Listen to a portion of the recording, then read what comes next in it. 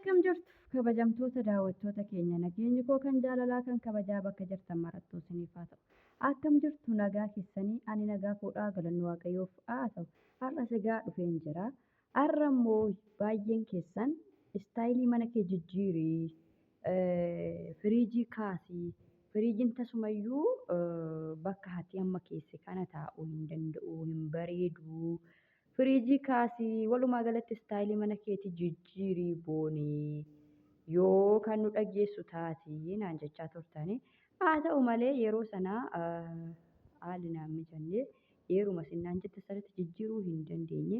Haa ta'u malee keessattuyyuu waa'ee ምግብ xarapheessaa kana yookiin teebilii kanarratti baay'een keessan koomentii kennaa turtanii bakki teebiliin kun taa'u bakka mijataa miti bakka sanatti hin miidhagu. Kaasititii bakka tiivi istaandii bukkeetti gadi butii naan jettan argitanii. Anis immoo booneen keessanii ajaja keessan fudhadhee dhuguma bareedaa laata astaayitii kana waa malee naan hin jenne daawwattoonni koo kan jedhu yaadetanii kun hojii dabarseen jira jechuudha. Keessattuu firiijiin sun baay'ee achi taa'uudhaan nu jibbisiise. Firiijiin bakka kam taa'aa tureeyyuu kunoo bakka maxxaaxabaan jiru kana taa'aa ture jechuudha. Argitanii biiffee bukkee taa'aa ture jechuudha.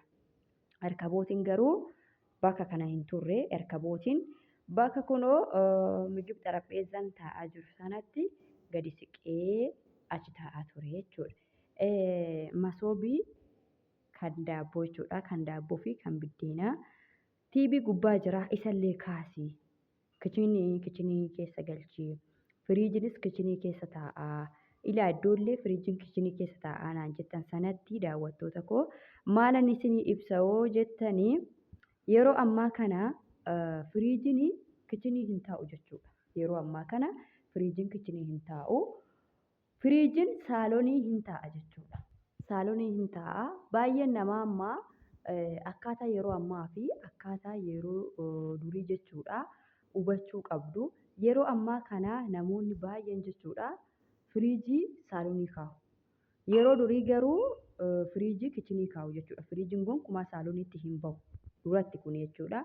Amma garuu dhugaa dubbachuudhaa fi mana nama kamuu yoo dhaqxe paarsantii 100 keessaa paarsantii 75 uummanni firiijii saaloonii kaa'a bootaa qabaannan jechuudha.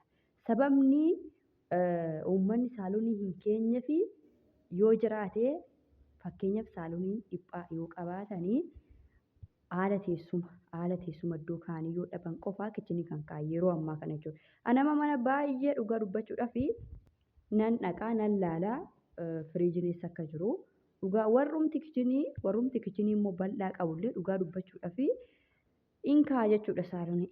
Ani immoo nama ilaalee osoo hin taane jalqabaa wantin firiijii saaloonii kaa'ee fi inni guddaan maalidha yoo jettanii saalooniin kiyyaa baay'ee bal'aa waan ta'eef homaa rakkoo hin qabu saalooniis yoo taa'e waan nama dhiphisu hin qabu jedheetan kaa'e jechuudha. Yeroo jalqaba kaa'u yaa'u kan gubbaa jiru sunis masoobii daabboo yookiin kan biddeenaa sanas kaasii kichinii galchi. Akkasuma firiijii sanas kichinii keewwadhuu kaasi saalooniidha. Baay'ee nu jibbisiisee jettanii haa ta'u malee anis yaada kana dhabeetii miti astaayitii isin naa kennitan immoo baay'ee jaaladheera. Mee kunoo dhugaa dubbachuudhaaf bakka kana tureewu jechuudha. ምግብ xarapheezzaan kunoo bakka kana ture balbala jala tureeyyuu balbala jala ture haa ta'u malee amma ka'ee gara bitti darbee jira yoo jettanii wal fuullee ta'anii jiru jechuudha. Soofaa wajjiniin wal fuullee ta'anii jiru kun akkanatti wal fuullee ta'anii jiru. Baay'ee jaaladheeran illee dhugaa dubbachuudhaaf baay'ee jaaladhe baay'ee galatoomaan isiniin jedha. Saalooniin kiyyaa akkuma argitanii wanta barbaadan keessa hin keessu baay'ee bal'aadha dhugaa dubbachuudhaaf dukkaallee jechuudha. Kan iddoo ምግብ xarapheezzaa sana dukkaa lamaa fi erkaboota tureeyyuu dukkaa lamaan immoo tokko bakka sana godhee tokko bakka kana godhe jechuudha dhugaa dubbachuudhaaf. Kunoo haala kana fakkaatuun bakka erkabootii akkana ta'ee firiijiin bakka sanaa ni ka'ee biifee bichaa fi kanneen amma asitti argaa jirtan kanatu bakka kana qubatee jira jechuudha.